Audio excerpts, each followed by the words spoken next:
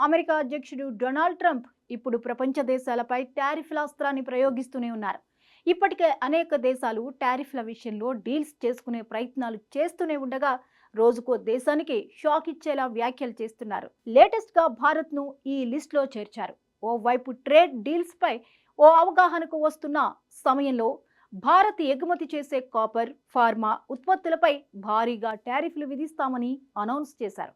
Pharma ఉత్పత్తులపై 200%, కాపర్పై 50% tariff విధిస్తామని ఓ bomb పేల్చారు. నిజానికి Trump గతంలో సైతం భారత స్టాక్ మార్కెట్ను అల్లకల్లోలం చేసే వ్యాఖ్యలు చేశారు.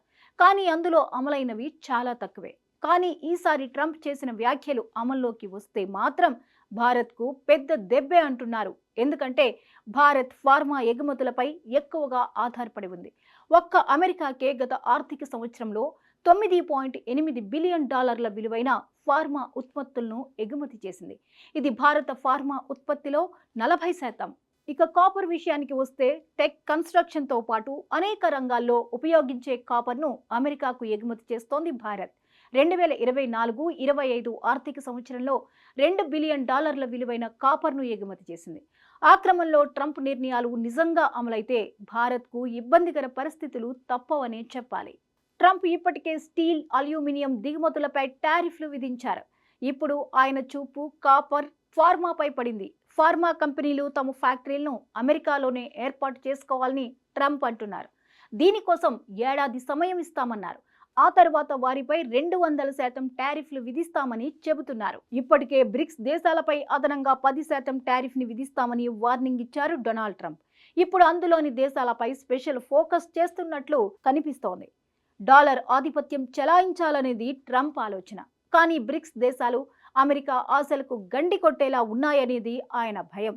అందుకే తన అమ్ముల పదిలోని అత్యంత బలమైన అస్త్రంగా భావిస్తున్న టారిఫ్లను ప్రపంచ దేశంపైకి వదులుతున్నారు. ఇప్పుడు ఇండియా ఎలా రియాక్ట్ అవుతుంది అనేది చూడాలి. ఇప్పటికే ట్రేడ్ డీల్ పై అమెరికాతో మంతనాలు జరుపుతోంది భారత్. ఇక ఇండియన్ ఫార్మా కంపెనీలు తమ మ్యానుఫ్యాక్చరింగ్ యూనిట్ను అమెరికాకు తరలించలేకపోయినా లేదా ఖర్చులను పెంచలేకపోయినా ఉత్పత్తిని నిలిపివేసే పరిస్థితి ఏర్పడుతుందని నిపుణులు హెచ్చరిస్తున్నారు.